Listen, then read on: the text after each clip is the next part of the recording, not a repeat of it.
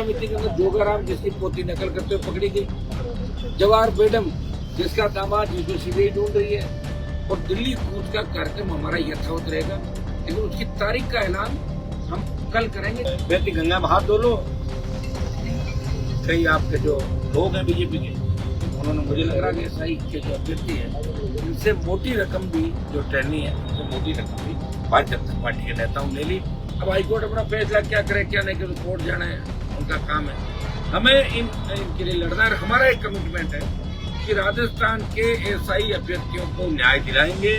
जिस तरह बद्रीनाथ सरकार ने एसआई भर्ती रद्द करने की जो याचिका रखी थी, उस पर सरकार ने जो जवाब दिया उप समिति की आड़ के अंदर, कि उप समिति का ये जवाब है कि भर्ती रद्द नहीं हो। और उप समिति तो बहुत पहले ही जवाब इनको दे चुके। एक बार तो उप समिति ने पहले कह दिया था कि भर्ती को रद्द होना चाहिए। और एसओजी के एडीजी के हाईकोर्ट के अंदर बयान हुए, जिसमें एसओजी के एडीजी ने कहा कि व्यापक स्तर पर धांधली हुई है, 500 से ज्यादा फर्जी इसके अंदर है 859 में से। पीएचक्यू ने कहा, डबलएजी ने कहा, और उप समिति भी मान रही थी। आज अचानक उप समिति को क्या हो गया कि सरकार को ये जवाब पेश करना पड़ा। और सरकार एक बात और भी कह रही है, उप समिति कह रही भर्ती रद्द नहीं करेंगे, और दूसरी बात ये भी कह रही कि अभी भर्ती रद्द करना जल्दबाजी होगी। आप बताइए, दोहरा जवाब हाईकोर्ट के अंदर। वो तो हाईकोर्ट को निर्णय करना कि वो क्या करता है।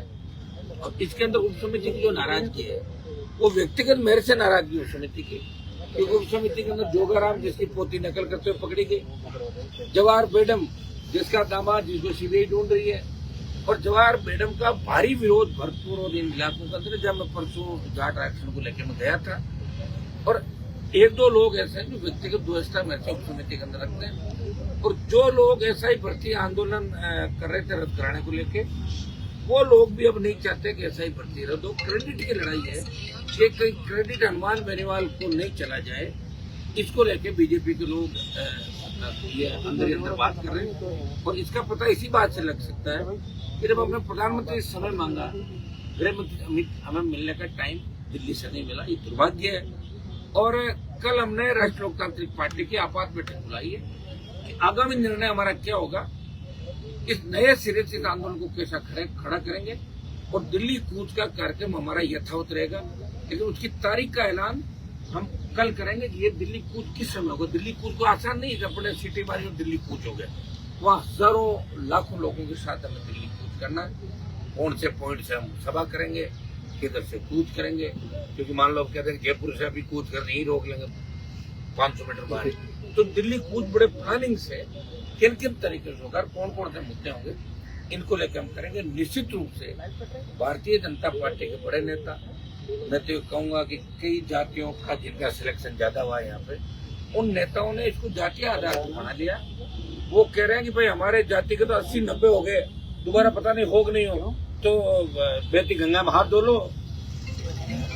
कई आपके जो लोग हैं बीजेपी के, उन्होंने मुझे लग रहा है कि एसआई के जो अभ्यर्थी है इनसे मोटी रकम भी जो ट्रेनी है, इनसे मोटी रकम भी भारतीय जनता पार्टी के नेताओं ने ली। नहीं तो थूक के चाटा बीजेपी ने। इन्होंने ही कहा चुनाव से पहले कि एसआई भर्ती रद्द करेंगे, आरपीएच का पुनर्गठन करेंगे। प्रधानमंत्री मोदी जी ने कहा, अमित शाह ने कहा, और तमाम नेताओं ने कहा। अब ये तो थूक के चाट लिया कि वो जो बात मैं कहूँ और मैं उस बात पे खड़ा ही नहीं उतरूं, या तो आप बयान दो मत। और जनता को बरगला के आपने वोट भी लिया, और 8 लाख परिवार राजस्थान की सरकार की ओर देख रहा है। तो इससे आप अंदाज लगा सकते हो कि राजस्थान की सरकार ये समंजस में, जिस तरह के अंदर कोर्ट में उन्होंने 2 बात कही। एक बात तो उन्होंने कह दी कि उप समिति कह रही कि भर्ती रद्द नहीं करेगा। आपने शायद कोर्ट का पूरा जो सामने बहस हुई उस पर 2 पहलू देखिए। कह रही है कि उप समिति ने रिपोर्ट दी कि भर्ती रद्द नहीं करेंगे, और दूसरा अभी रद्द करना जल्दबाजी होगी। तो 2 बात हो गई नहीं, एक ही कहनी चाहिए भर्ती रद्द नहीं, बात खत्म है, दैट्स ऑल। तो हाईकोर्ट के अंदर 7 तारीख से छुड़वाई है। अब हाईकोर्ट अपना फैसला क्या करे क्या नहीं करे, कोर्ट जाना है, उनका काम है।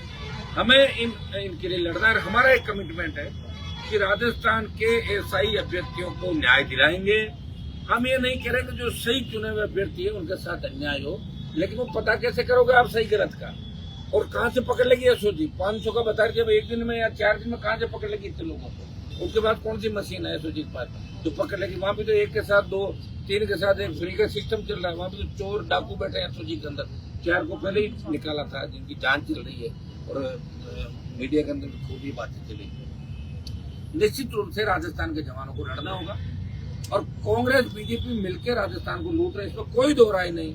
और इनको पता कि क्या कर लेंगे, ज्यादा से ज्यादा 4 दिन हल्ला कर लेंगे, 3 दिन मीडिया में छपेगा, फिर मीडिया छापना बंद कर देगा, दिखाना बंद कर देगा, अपना आंदोलन खत्म हो जाएगा। यही परिपाटी राजस्थान के अंदर रही है। इसलिए कोई भी नेता यहाँ लंबी लड़ाई लड़ता नहीं। और देखिए लंबी लड़ाई लड़ी भी नहीं। जब पार्टी 66 साल बाद राष्ट्रीय लोक तांत्रिक पार्टी बनी, इससे अंदाज लगा सकते हो उन नेताओं के इतिहास का, जो सड़क पे क्या कहते हैं, बंद कमरे में क्या कहते हैं, और अपने मुद्दे को छोड़कर दूसरे मुद्दे को पकड़ लेते हैं, उसमें कह रहे हैं उस पर नो कमेंट। तो लोग उनको नहीं पूछ रहे। जब राजस्थान की जनता इतनी जागरूक हो जाएगी कि नो कमेंट तो कह रहे हो, लेकिन वोट देते टाइम नो वोट, तब जाके राजस्थान सुधरेगा। निश्चित रूप से हमें लड़ना है। कल ही मैं तो बजरी का बहुत बड़ा आंदोलन करके आया हूँ। रोज आप देख रहे हैं कि एक व्यक्ति सड़कों पर लड़ रहा है, बिना सिस्टम के, बिना संगठन के, वो लड़ रहा है, जग रहा है, कोशिश कर रहा है और प्रयास कर रहा है। निश्चित रूप से जीत हमारी होगी। कल आपात बैठक राष्ट्रीय लोकतांत्रिक पार्टी ने हमने बुलाई, जिसमें 150 प्रमुख लोग हमारे आएंगे। और आंदोलन का अगला स्वरूप क्या होगा, आप देखिए 70 दिन हो गए हमें धरने में बैठे हुए।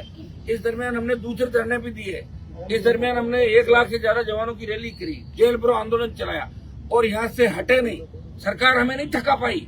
हम राजस्थान की सरकार को थका देंगे और भजनलाल की विदाई भी करा देंगे अगर ठीक ढंग से काम नहीं किया। सरकार की मंशा तो क्लियर होगी आज की सुनवाई में। सुनिए मेरी बात, सरकार की मंशा है क्या? पहले आप समझो सरकार को कि भजनलाल जी, एक किस्सा एक व्यक्ति बता रहा था कि भजनलाल जी ने बोला कि यहाँ सड़क बना दो। मुख्यमंत्री अगर बोलता है तो हम लोग आधे घंटे बाद आदेश आ जाता है, 3 दिन में काम चालू हो जाता है। सरकार तो सरकार होती है, इसी से हम कह रहे हैं सरकार कब्जा करेंगे। सरकार जो कहती है वो करना पड़ता है, नीचे सरकारी जो कार्य हो। और बोले साहब 1 साल बाद वो काम नहीं हुआ। ये तो हजारों उदाहरण है। भजनलाल जी का एक ही काम ठीक है, वो लोगों से मिल लेते हैं, खिला देते, पिला देते और खुद भी उनके साथ खाना खा लेते, नाश्ता कर लेते और हंसते थे। लोगों को लगता है भजनलाल बेचारा सीधा आदमी लोग कहते हैं। तो सीधा आदमी भजनलाल लोगों ने आसपास की जो चंडाल चौकड़ी या आपका जोगाराम, बेडम, ऐसे 1 दर्जन मंत्री ऐसे हैं जो नौसिखिया उन्होंने अपनी जिंदगी में नहीं सोचा। बेडम ने कभी थोड़ी सोचा कि पहली बार एमएलए बढ़कर घर राज्य मंत्री बन जाऊंगा मैं। हाँ, फाइल उसके बाद नहीं जाती होगी, ये निश्चित होगा। राज्य मंत्री के बाद कोई फाइल नहीं जाती, सारी फाइल हम देख रहा है। और वहां गौरव श्रीवास्तव बैठा है, सबसे बड़ा पुलिस का आप चोर डाकू कह सकते हो उसको, जो पूरे राजस्थान के इसके आईटी लगा रहा है, पूरी बजरी और लिकर का जो काम कर रहा है। उसके सारे रिश्तेदार सारे यहाँ के हरियाणा से डेरा डाल चुके राजस्थान के अंदर।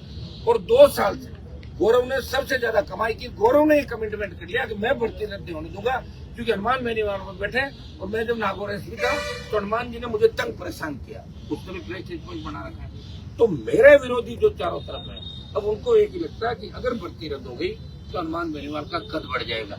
वो तो मेरा वैसे ही बढ़ेगा। वो कद कोई गौरव श्रीवास्तव के, मैडम के, जोराराम के हाथ में, इसके जोगाराम के हाथ में नहीं है। इनके तो खुद के पोती बच्ची को पूछा कि बेटा आप नकल क्यों कर रही हो? बोले दादू ने कहा कि नकल में बेटा अक्ल होनी चाहिए, तो थोड़ा मैंने अकल का उपयोग नहीं किया, इसलिए पकड़ी गई, नहीं तो मैं नहीं पकड़ी जाती। दादू हमें यही सिखाते हैं। तो ये कहानियां राजस्थान की। अब इस राजस्थान को हमें बदलना है। लग रहा है कि अभी हमारा और कोई संघर्ष या कोई तपस्या होगी जो बाकी है, वो सड़कों में करेंगे। निश्चित रूप से झुकाएंगे राजस्थान की सरकार को, दिल्ली को भी दिखा देंगे कि हम उससे ज्यादा ताकतवर है जितने पहले। जवाहर सिंह मैडम का पलटवार आया आपके बयान पर, हनुमान बेनीवाल कौन से बयान में? मैडम का जो दिया था।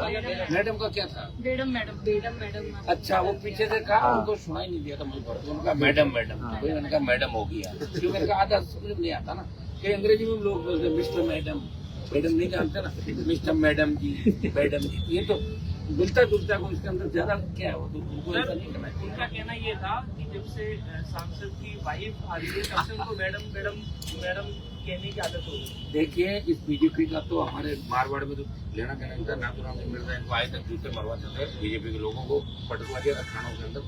जांच में मेरा ही परिवार भाजपा को नागौर जोधपुर में लेके आया और भाजपा के तमाम जो मैडम भजनलाल घूम रहे हैं ना, अगर मेरा वसुंधरा झगड़ा नहीं होता तो झाड़ू लगा रहे होते पार्टी कार्यालय में, उनकी कोई औकात नहीं थी।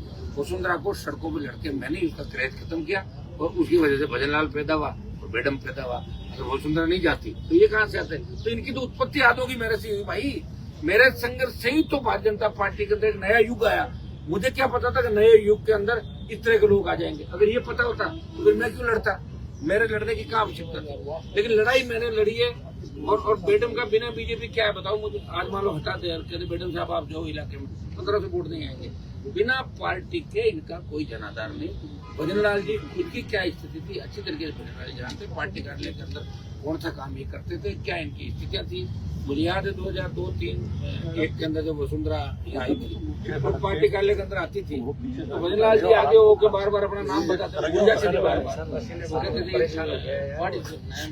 थे भजनलाल साहब तो नहीं जानते थे। बहुत लोग काम करते पार्टी कार्यालय में, तो ये भी काम ही करते थे, वो काम करते थे। आज मुख्यमंत्री अगर 25 से बढ़ गए तो उसमें कुछ भी नहीं।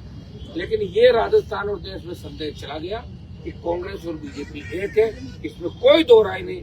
अब राजस्थान के जवान को, जनता को सोचना है कि आप ये सोचिए, ये तो हम लोग बैठे हैं, तब छोटा मोटा न्याय आपको मिल। अगर सोच लो कि हम माइनस हो जाए, लड़ाई बंद कर दें और हम भी सत्ता के पिछले को बढ़ जाए, तब राजस्थान का क्या होगा मेरे भाइयों। राजस्थान के जवानों को सोचना, तैयारी कर लो अगले आंदोलन की। दिखा देंगे सबको कि हम भर्तियां भी रद्द कराना जानते हैं, हम सरकार के सिस्टम को बदलना जानते हैं। जिन्होंने वसुंधरा का खरीद खत्म कर दिया तो भजनलाल उनके सामने क्या बेचते हैं, वो समय भी आ जाएगा। कोर्ट की उसकी अगली सुनवाई का वेट करेंगे। हम कल फैसला, मैंने आपको बता दिया कि कल फैसला करेंगे। देखिए दिल्ली पूछ किया नहीं किया, लेकिन मैं ही मेरा रिकॉर्ड तोड़ूंगा। मुझे करना पूछ तो किया तो हो तो गया। मैं कम से कम मेरी 90% बातों पर सच्ची कर रहा हूँ, अभी 10% बाकी और कर दूंगा मैं। कल हम फैसला करेंगे क्योंकि दिल्ली का ये तो कम से कम 1 लाख लोग दिल्ली कोर्ट के अंदर होना चाहिए, तब जाके सरकार की सांस खुलेगी दिल्ली वालों की। भजनलाल को डांटेंगे, ये तुमने क्या क्या खा, दिन भर मिठाई खाते रहते हो, या ये जो खाते हो आप, खाने के अलावा ध्यान नहीं रखते कि राजस्थान में ये इधर क्यों आ रहा है हमारी तरफ। तब पता लगेगा, अगर वही हम पता लगवाना चाहते हैं। दिल्ली कूच हमारा निश्चित है, कल हम तय करेंगे इसको किस तरीके से कैसे करके। और मुद्दे हमारे पास आ जाएंगे, अग्निवीर का मुद्दा है, भरतपुर धौलपुर का जाट आगे मुद्दा और आ गया, और आते रहेंगे। हम राजस्थान के जवान की लड़ाई आखिरी दम तक लड़ेंगे। हो सकता है भजनलाल जी के ऊपर कौन सा प्रेशर, मंत्रियों का या किस जाति का प्रेशर होगा, हमें तो सारी बात का पता लग गया। लिस्ट हम मंगवा रहे हैं आज सारी उसमें कौन सी किस जाति के कितने कैंडिडेट इसके अंदर पकड़े गए और किस जाति के कितने कैंडिडेट बचते हैं। हम एक बार लिस्ट चेक करने के बाद उसके बाद हम आपको बता देंगे कि कौन से नेता किस एंगल से किन की मदद कर रहे, कितना कहाँ से सेट हुआ। ठीक है। नेता लगातार आंदोलन कर रहे हैं, वो नजर नहीं आ रहे, विरोधी दल मीणा हो सकता है। अभी तो और कहीं नजर नहीं आएंगे, सामने हो जाएंगे। 5 दिनों बाद इनके बयान ये आ जाएंगे व्यक्तिगत मत करो, क्योंकि वापिस कोई पूछता नहीं है ना। ये कल्याण लोगों को मजा आता है बात पूरी करने।